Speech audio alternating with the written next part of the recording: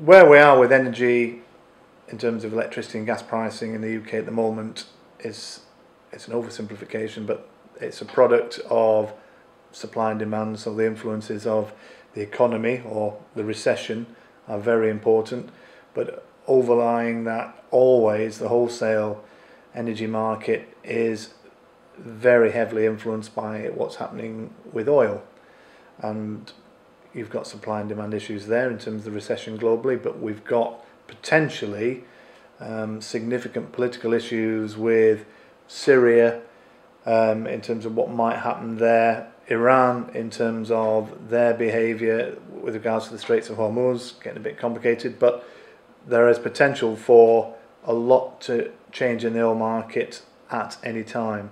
What we have overall is a relatively low market in terms of energy at the moment. It's the lowest it's been for a number of years, heavily driven by recession, but now is a time where you might say we are, bumping along the bottom a little bit. The oil producers are going to work very hard to make sure it doesn't go any lower. The speculators in the market are working as hard as they can to make it do something, because it's relatively flat at the moment, and we never quite know what's going to happen if something geopolitical happens. So at the moment it's low.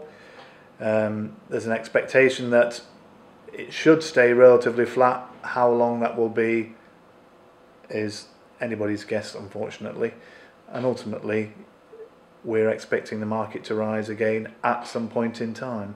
Exactly when that will be, as people normally say, if I knew that, I'd be a wealthy man. What are the key players at this moment in the market, in the energy market? In the UK, from the point of view of business consumer, you're looking at half a dozen big players.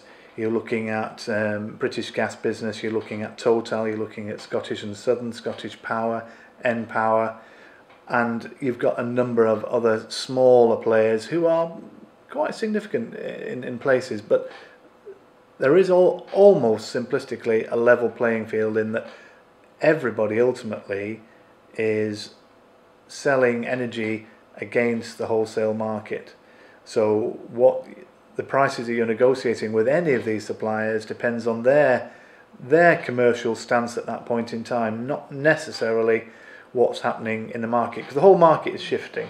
The whole market shifts together, and for a particular period of time one supplier might be very aggressive because it's trying to win business.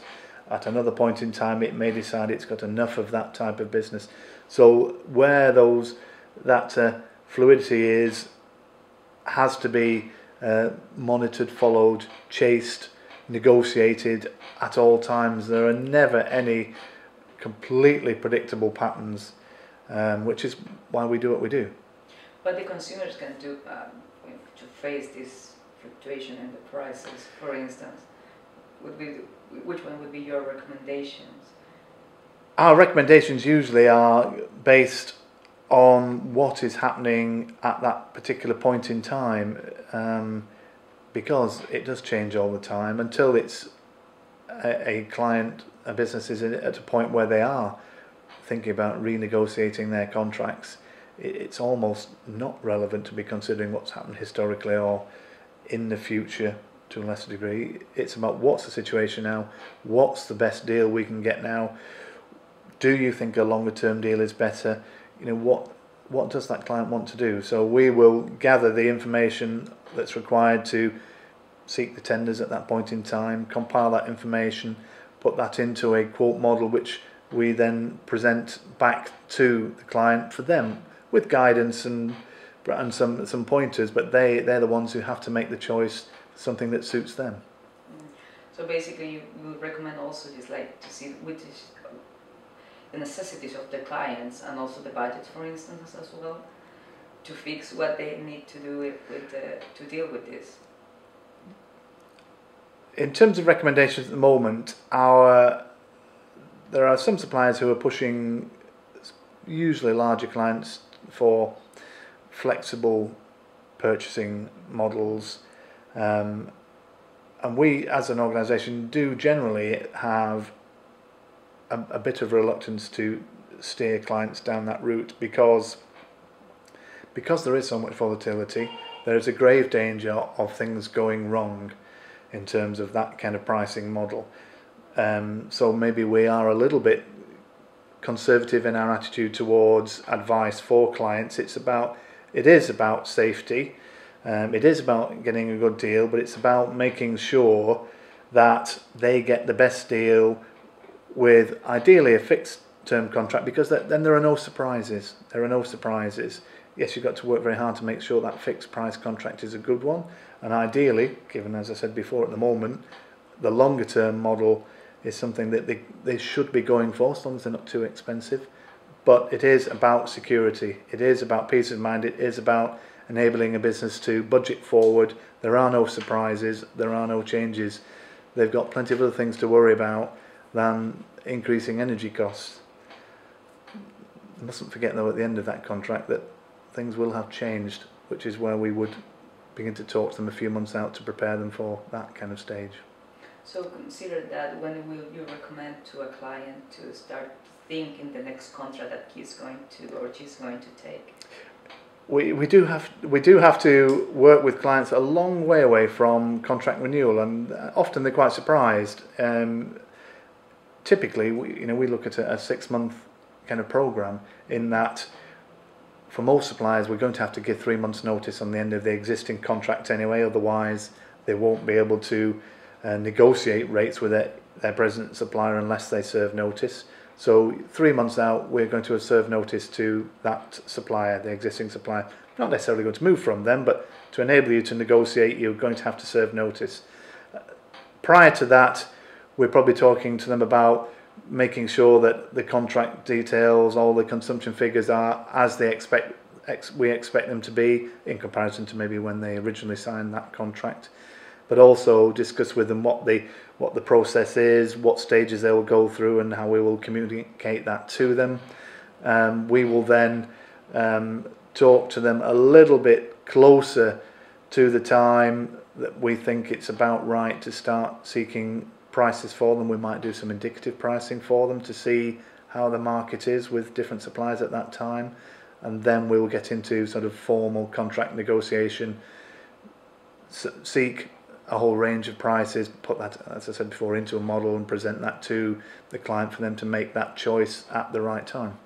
So it's important for the clients to consider the planning when they are going to revise a contract, or they want to add and change the contract. You have to plan it carefully. There's a danger sometimes with people who maybe we're not working with, who will leave things till too late, thinking the market's going to change, and often things can go wrong for a variety of reasons, and people, even if they terminate at that point in time, they may find themselves in a situation where they're paying punitive out of contract rates until they sort out a new contract, and the cost of those kind of situations can outweigh any kind of savings that they might potentially make with a new deal.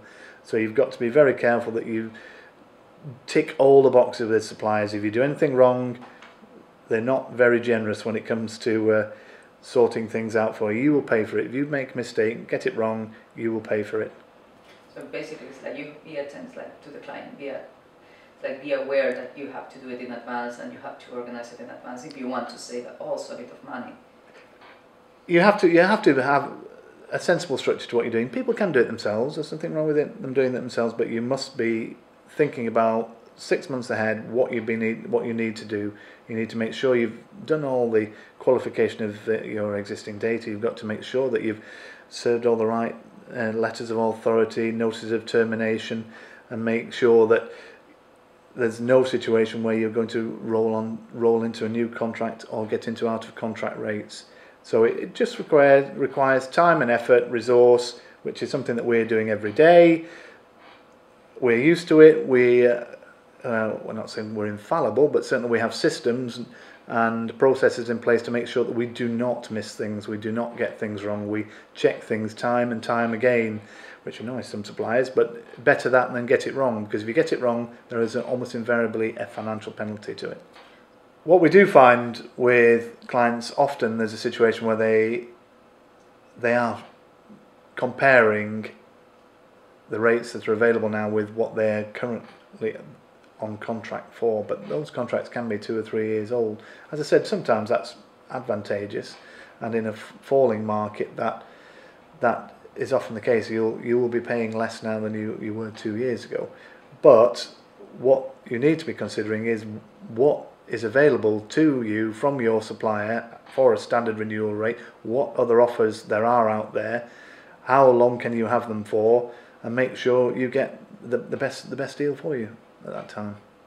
So it is basically like be aware when you are going to get the deal, the best option that you got from the market. You're constrained, when you come to renewing your contracts, you are constrained by time in that you can't postpone your renewal date, because as I said before, if you do that, you're going to go into out of contract rates, and any additional savings that you may hope to achieve by delaying your response to the market are highly likely to be lost in a matter of days or weeks, such are the punitive rates that suppliers will put upon you. So it is about maximising the opportunity at the right time, exactly when you are due for renewal. Now, with some situations you may be able to change end dates or extend contracts or take short-term contracts, but it is about making sure you have a new contract in place. Whatever you do, it's not about just letting the old one run on until something else comes along. You've got to get yourself into a new contract, and if you're buying time, fine, a short-term contract, but otherwise, if the timing's right, now go for a longer-term contract.